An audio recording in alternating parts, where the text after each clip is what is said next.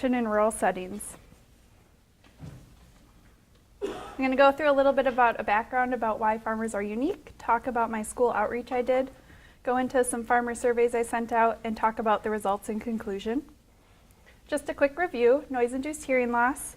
It occurs when you're exposed to a really loud noise or loud noise over a long period of time. This damages those hair cells in your cochlea, and therefore you get some sensorineural hearing loss that's permanent. Farmers are unique because they have higher rates of noise-induced hearing loss compared to the general population.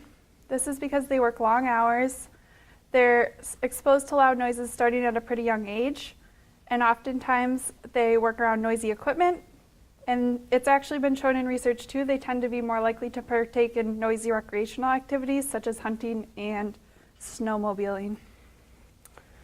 So OSHA is the U.S. Occupational Safety and Health Administration.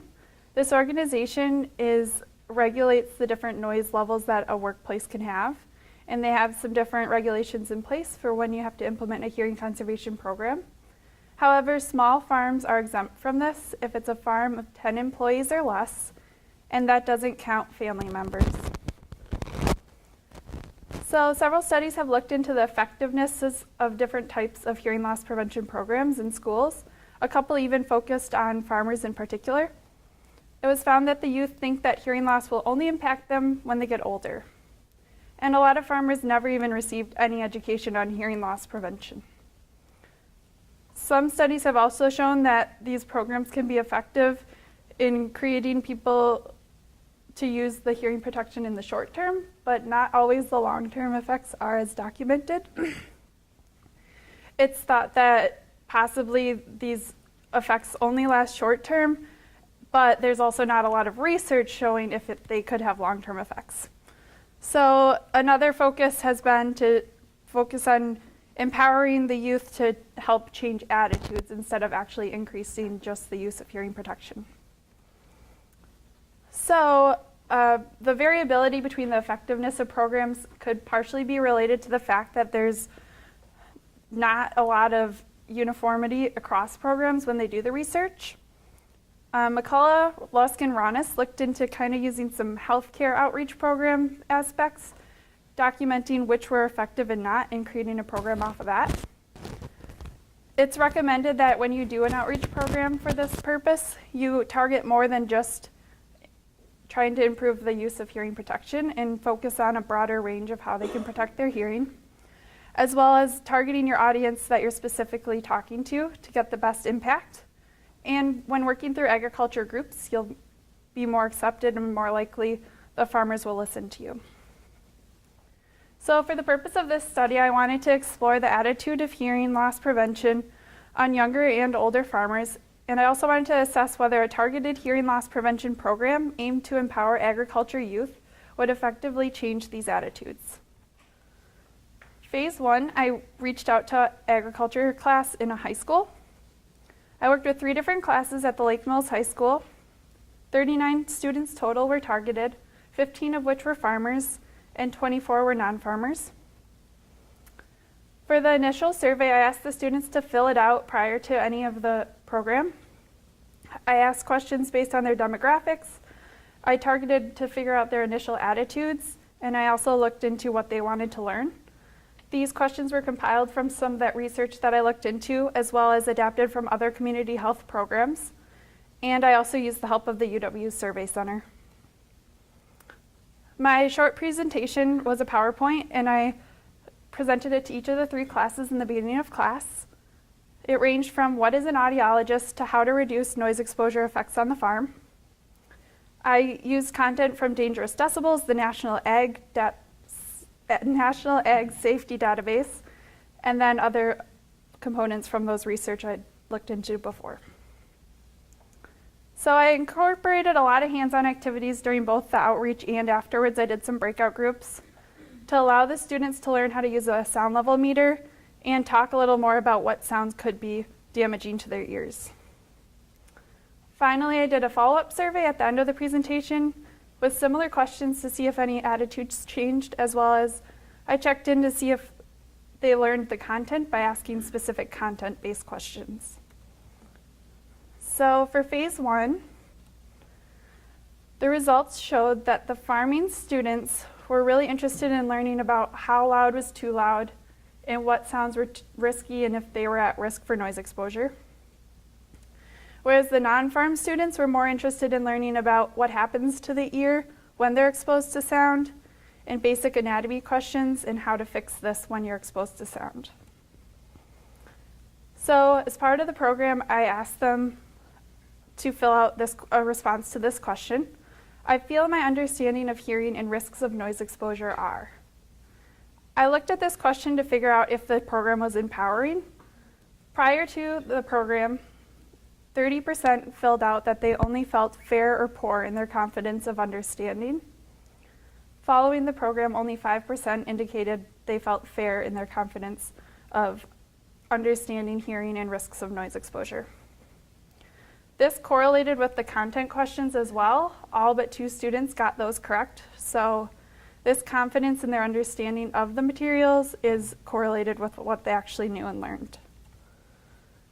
Finally, I asked them what they actually learned, and there was some very good responses. They could list 1 to 3 things, so that's why there's quite a few responses here. But the biggest thing was they shared that they learned which sounds could be damaging to their hearing, and many even commented on specific decibel levels that they remembered from the presentation. Most students learned about other ways to protect their hearing as well, and then they were pretty interested in the anatomy of the ear, especially those non-farm students, like I said before. And finally, for part 2, I wanted to address the different attitudes, if there was an underlying attitude in the farming community towards hearing loss prevention. In order to do this, I wanted to target the older farmers and see if there was any change with age. So I created an online survey via Qualtrics. I distributed it by email and on some farm-specific Facebook groups. I got 33 responses, 26 were farmers and 7 were non-farmers. The 7 non-farmer responses were thrown out for this results part. For their questions on the survey, I asked similar to the students, basic demographics, their attitude towards hearing loss and hearing loss prevention, and then some questions about how they're using hearing protection. So the results for phase 2, I compared those adult farmer responses online to the ones of the farm students initially. There was 15 total students in the school, and there was 26 total responses from those adult farmers online. They worked in similar areas, livestock, dairy, and crop farms. It was interesting, 6 of the 15 total high school students had had a formal hearing education program before, and only 1 of the 25 adult farmers had had a formal education program. The graph represents the perceived importance of hearing protection with age. The high school farm students were asked how important they felt hearing protection was for them now, and compared to how important they perceived it would be to them when they're adults. The adult farmers were asked how important they felt hearing protection was for them now, and then how important they believe they perceived it when they were in their youth. So these are the responses on this chart, and the biggest find was that it was statistically significant, the difference that both groups felt hearing protection was once they aged. So with age, people think the use of hearing protection gets more important. I asked both groups what they felt some barriers could be to them wearing hearing protection. The biggest response for all of them was not having the hearing protection on or it being inconvenient to have it. So this was something I targeted in my outreach. I provided hearing protection to all of the students, and I talked about ways to place it on the farm in different areas so it's convenient.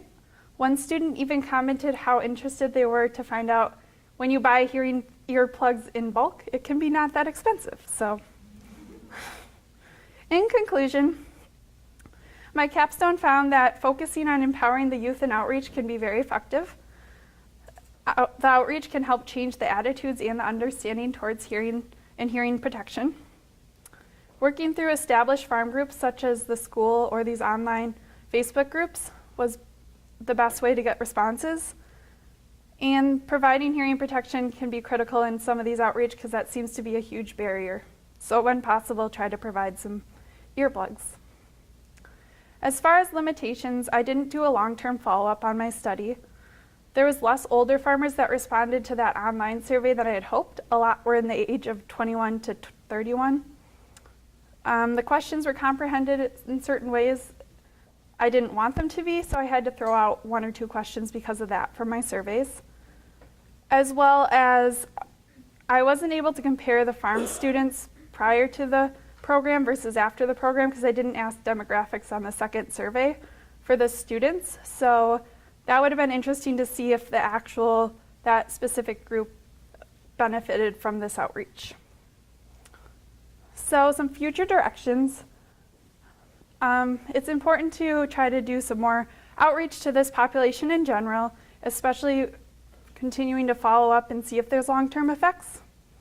As well as I did a little preliminary dosimeter measurements on 2 local farmers, but there's not a lot out there saying exactly how much exposure people are getting on the farm.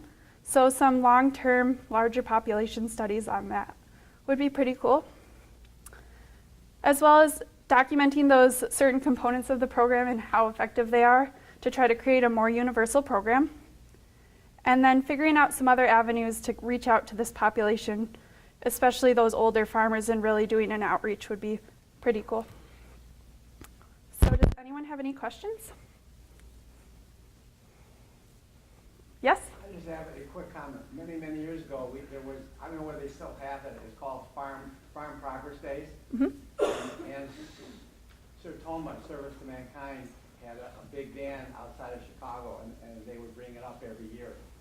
And we would see a lot of farmers, and it would be moved around, and it was a great opportunity to talk about farming. The younger ones also. I don't know whether that's being done anymore, but that was a great way to reach farmers, all over. But I don't know if that's happening anymore. Yeah, that's great. Any other questions? I just want to thank my committee members and the class I was able to present to, and Megan for helping me with my outreach. Thank you.